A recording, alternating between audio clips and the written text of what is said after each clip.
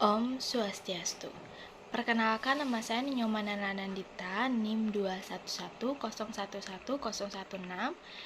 Saya dari Prodi Administrasi Rumah Sakit.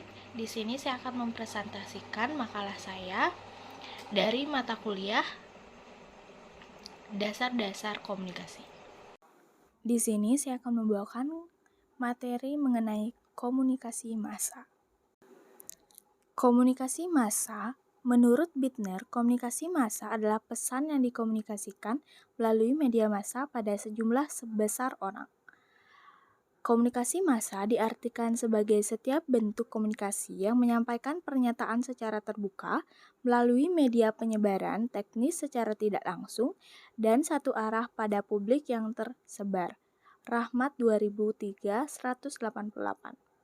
Komunikasi massa adalah komunikasi melalui media massa atau media cetak dan elektronik, sebab pada awal perkembangannya komunikasi massa berasal dari pengembangan kata media of mass communication atau media komunikasi massa. Media di sini adalah media yang dihasilkan oleh teknologi modern. Nuruddin 2013. Menurut Severin 1977, Tan 1981, Wright 1986, dalam Winarni 2003 mendefinisikan komunikasi massa adalah bentuk komunikasi yang merupakan penggunaan saluran atau media dalam menghubungkan komunikator dengan komunikan secara massal, berjumlah banyak, bertempat tinggal yang jauh, sangat heterogen, dan menimbulkan efek tertentu. Selanjutnya, proses komunikasi massa. Proses terjadinya komunikasi massa selalu terkait dengan teknologi. Dalam hal ini adalah teknologi komunikasi. Sebagai contoh adalah berjalannya komunikasi massa melalui media televisinya yang akan melibatkan pemanfaatan satelit, pemancar, dan sebagainya. Pada zaman dahulu, hanya khalayak yang mempunyai perhatian besar dan berada dalam golongan ekonomi tinggi saja yang dapat menikmati pilihan berbagai sajian media massa yang ada. Namun demikian, pada zaman sekarang di mana media televisi sudah dapat dijangkau oleh lapisan ekonomi bawah sekalipun, yang menyebabkan masyarakat dapat menikmati sajian media massa secara mudah. Secara langsung, perkembangan media massa serta komunikasi massa yang berhubungan erat dengan perangkat-perangkat teknologi tinggi akan memudayakan dan tersosialisasi dalam kehidupan masyarakat yang lambat laun akan berkembang menuju tingkat kemajuan ilmu pengetahuan. Hal ini juga akan mempengaruhi proses interaksi antar manusia dan penyerapan terhadap apa yang diberikan media massa dalam isi pesannya. Selanjutnya itu ada komponen komunikasi massa. Yang pertama itu ada komunikator. Komunikator dalam media massa berbeda dengan komunikator di dalam komunikasi antar personal. Pengirim pesan dalam komunikasi massa bukan seorang individu, melainkan suatu institusi gabungan dari berbagai pihak. Yang kedua itu ada codes dan konten. Codes dan konten dapat dibedakan sebagai berikut. Codes adalah sistem simbol yang digunakan untuk menyampaikan pesan komunikasi. Codes juga bisa disebut dengan simbol yang digunakan untuk membawa pesan tersebut, sedangkan konten merupakan isi media atau isi suatu komunikasi. Yang ketiga itu ada gatekeepers. Gatekeepers pada media massa menentukan penilaian apakah suatu informasi penting atau tidak. Ia menaikkan berita yang penting dan menghapus informasi yang tidak memiliki nilai berita. Yang keempat itu ada the media. Media massa terdiri dari media cetak yaitu surat kabar dan majalah, media elektronik yaitu siaran TV, dan media online atau internet. Yang kelima itu ada regulation. Dalam proses komunikasi massa, regulasi media massa adalah suatu proses yang rumit dan melibatkan banyak pihak. Peran regulator hampir sama dengan gatekeepers, namun Regulator bekerja di luar institusi media yang menghasilkan berita.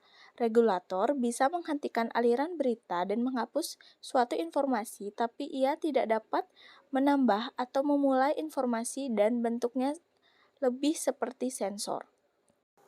Yang keenam itu ada audiens. Marshall McLuhan menjabarkan audiens sebagai sentral komunikasi massa yang secara konstan dibombardir oleh media.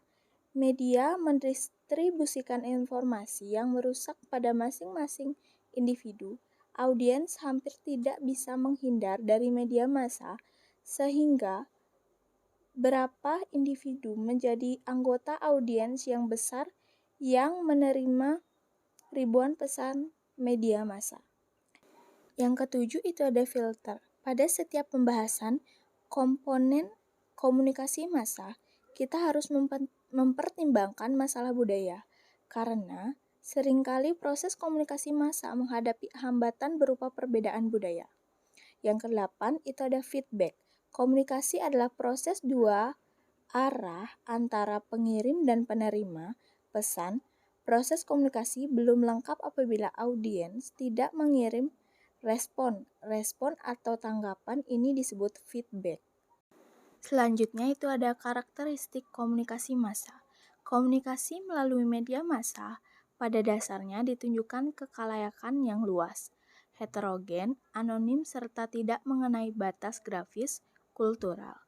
Maksudnya adalah di mana masyarakat luas yang bermacam-macam tidak dibatasi oleh latar belakang, pendidikan, penghasilan, ataupun status sosialnya, serta pada khalayak pun tidak saling mengenal antara satu dengan yang lainnya.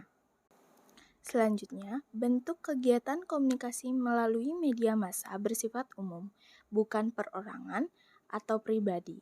Isi pesan yang disampaikan haruslah menyangkut pada kepentingan orang banyak, bukan berdasarkan pada kepentingan pribadi. Karena media massa adalah mencangkup orang banyak yang terorganisasi di dalam organisasi media. Penyampaian pesan melalui media massa, penyampaian pesan ini dilakukan secara teratur dan berkala, tidak bersifat kontemporer. Pola penyampaian pesan media massa, pola ini berjalan secara cepat dan mampu menjangkau khalayak luas, bahkan mungkin tidak terbatas baik secara geografis maupun kultural. Karena karakteristiknya yang demikian, media massa disebut sebagai message multiplier atau memiliki kemampuan untuk menyampaikan pesan secara cepat dan terjangkau ke khalayak luas. Kegiatan komunikasi melalui media massa dilakukan secara terencana, terjadwal, dan terorganisasi. Komunikator pada media massa bekerja melalui aturan organisasi dan pembagian kerja yang jelas. Identitas yang dibawa bukan semata-mata identitas pribadi, tetapi yang harus ditonjolkan adalah identitas organisasi atau kelompok. Penyampaian pesan melalui media massa cenderung berjalan satu arah. Umpan balik atau tanggapan dari pihak penerima atau khalayak lazimnya berlangsung secara tertunda. Umpan balik yang ditujukan kepada media massa dapat berupa mempermasalahkan kebenaran dari isi pesan, kritik atas cara-cara media massa dalam menyampaikan pesan, atau dukungan terhadap suatu pesan tertentu. Selanjutnya itu ada efek komunikasi massa. Yang pertama itu ada efek kognitif. Efek kognitif berhubungan dengan pikiran atau penalaran sehingga khalayak yang semula tidak tahu menjadi tahu, yang tadinya tidak mengerti menjadi mengerti, yang tadinya bingung menjadi jelas. Banyak kejadian di muka bumi ini tidak diketahui oleh masyarakat, lalu media massa menginformasikan kejadian tersebut. Yang kedua itu ada efek efektif. Efek efektif berkaitan dengan perasaan. Seseorang bisa merasa senang, marah, sedih, bahkan tertawa terbahak-bahak apabila telah diterpa oleh media massa. Apabila perasaan berubah, maka masyarakat tersebut telah terkena efek efektif komunikasi massa. Yang ketiga itu ada efek konatif. Efek konatif cenderung berupa kegiatan atau tindakan. Efek konatif timbul tidak secara langsung, melainkan didahului oleh efek kognitif dan efek efektif. Disebut juga sebagai efek behavioral karena perilaku seseorang. Sekian dari presentasi saya. Jika saya ada salah kata atau perbuatan, saya mohon maaf. Saya akhiri dengan Parama Santi. Om Santi Santi Santi Om.